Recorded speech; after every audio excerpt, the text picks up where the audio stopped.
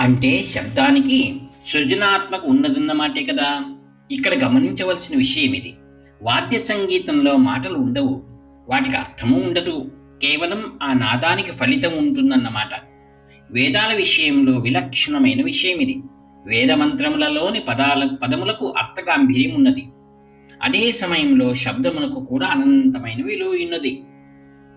ఇదే వేదముల విషయంలో విశేషము. ఆ కారణం వల్ల వేదమంత్రాలు శబ్దార్థ సమన్వితాలు. మందు చేదుగా ఉండవచ్చు కానీ ఆరోగ్యానికి అవసరం. పిండి వంట తీయగా ఉండవచ్చు కానీ ఆరోగ్యానికి హానికరం. రుచిగా ఉంటూ ఆరోగ్యాన్ని మెరుగుపరిచేది ఏదైనా ఉంటే ఎంత బాగున్ను. వేదమంత్రాలకి ఈ రెండు ప్రయోజనాలు ఉన్నాయి. ఇహపరాలలో సుఖపడటానికి అవసరమైన ఉద్బోధలు వేదాలలో ఉన్నాయి. మనిషి పుట్టినప్పటి నుండి ఆఖరి శ్వాస విడిచే వరకు ఆ పిమ్మట ముక్తి నొందటానికి కూడా అతని నడవడికి మార్గదర్శకమవుతుంది. అంతేకాదు, అది వ్యక్తి ముక్తితో ఆగిపోదు. సమాజం ఎట్లా ఉండాలి, సామాన్య విధులేమిటి, బ్రాహ్మణు నడత ఎట్లా ఉండాలి, రాజ్యాన్ని ప్రభువు ఎట్లా పాలించాలి, స్త్రీల నడవడి ఎట్లా ఉండాలి, ఈ విషయాలన్నీ వేదాలలో క్రోడీకరింపబడి ఉన్నాయి.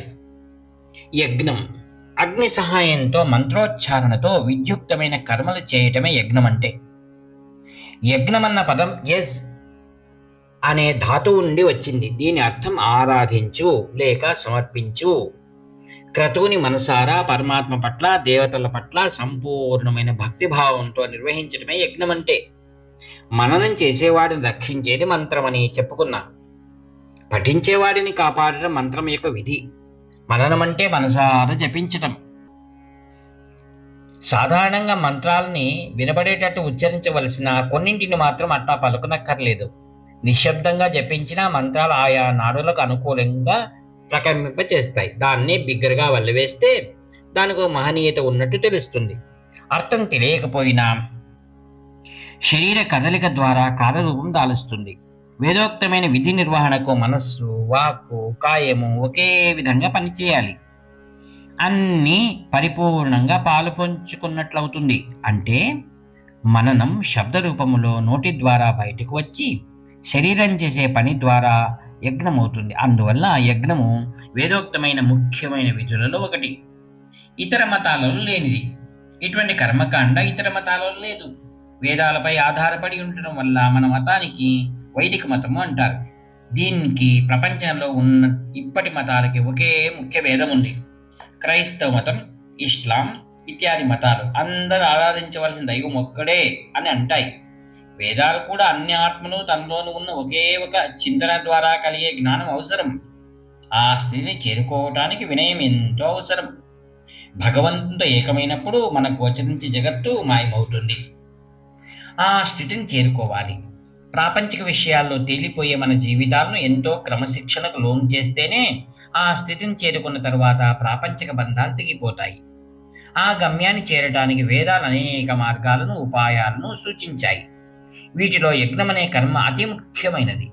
ఒకే ఒక దేవుని కాక అనేక దేవతలకు ఉపహారాలు ఇస్తూ ఫలితాన్ని భగవంతుని సమర్పించడమే యజ్ఞం అంటే. యజ్ఞం అన్నది మన మతానికి ప్రత్యేకం. ఏ ఇతర మతంలోనూ ఇది లేదు. వేదమంత్రాలని పఠిస్తూ వివిధ పదార్థాలను అగ్నికి ఆహుతి చేయాలి. యజ్ఞంలో దీన్ని హోమము అంటారు. అగ్నికి ఆహుతి చేసిన అన్నిటినీ అగ్నికే సమర్పిస్తున్నామని అర్థం కాదు. ప్రత్యేకంగా అగ్నికి సమర్పిస్తున్నట్టు మంత్రం చెప్పినప్పుడే అవి అగ్నికి చెందుతాయి. ఇతర దేవతల కంటే రుద్రునకు, విష్ణువునకు, ఇంద్రునకు, వరుణునకు, వాయువునకు, సోమునకు సమర్పించిన వాటిని వారికి చేరుస్తున్నాడు అగ్నిదేవుడు. మిగిలిన మతాలకి వైదిక మతానికి గల ముఖ్యమైన వ్యత్యాసం ఇదే.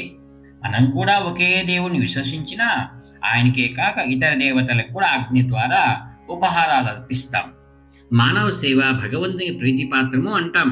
సంఘ సేవకులు మానవ సేవ, మాధవ సేవ, సమాజానికి సేవ, భగవంతుని సేవ అంటారు. ఆ విధంగానే యజ్ఞాల ద్వారా భగవంతుని సృష్టి అయిన దేవతలకు యజ్ఞమూలకంగా సేవ చేయటం కూడా భగవంతుని అనుగ్రహాన్ని సంపాదించి పెడుతుంది.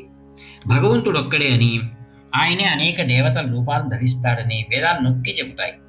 ఏ దేవతని వర్ణించినా ఆ దేవత పరమాత్మ అంటాం. వేదాలు కూడా దైవం ఒక్కటే అని చెప్తాయి. భగవంతునికి దేవతలకి కల భేదాన్ని మాత్రమే సూచిస్తాయి. ఎందరో దేవతలను భగవంతునిగా పేర్కొంటాయి. కాబట్టి అనేక దేవుళ్ళు ఉన్నారని అంటాయి అనుకోవటం తప్పు. ఒకే దేవుడు అనేక దేవతలుగా కనపడుతాడు అని అర్థం. విశ్వ నియంత్రణకై అనేక దేవతలను సృష్టించాడు భగవంతుడు. ఈ దేవతలు వేరువేరు విధులు నిర్వహించాలి. మన వల్లనే దేవతలు కూడా సృష్టించబడ్డారు. మనని కూడా తన నుండే సృష్టించాడు ఈశ్వరుడు. అద్వైత సిద్ధాంతం ప్రకారం జీవాత్మ పరమాత్మ ఒకటే.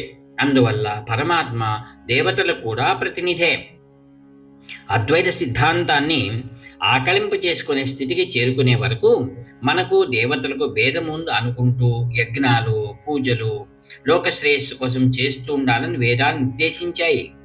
ప్రకృతిలోని శక్తులు సర్వభూతాలు పరమాత్మ ఆదేశానుసారం దేవతల ఆధీనంలో ప్రవర్తిస్తాయి. కాబట్టి మనము మన చుట్టూ ఉన్న ప్రపంచము ప్రకృతి శక్తుల నుండి లబ్ధిని పొందాలంటే ఆయా అధిష్టాన దేవతలను సంతృప్తి పరచాలి.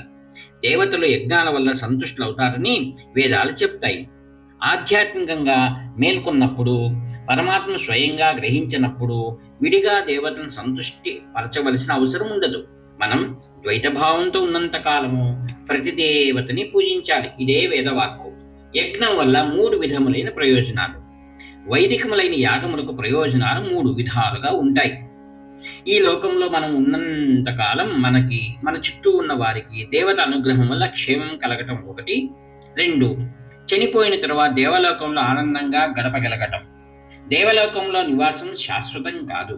మన పుణ్యాన్ని బట్టి అక్కడ నివాసం ఉంటుంది. దేవలోకంలో లభించే సౌఖ్యం భక్తునికి గాని విరానికి గాని కలిగే ఆనందంతో పోల్చలేం.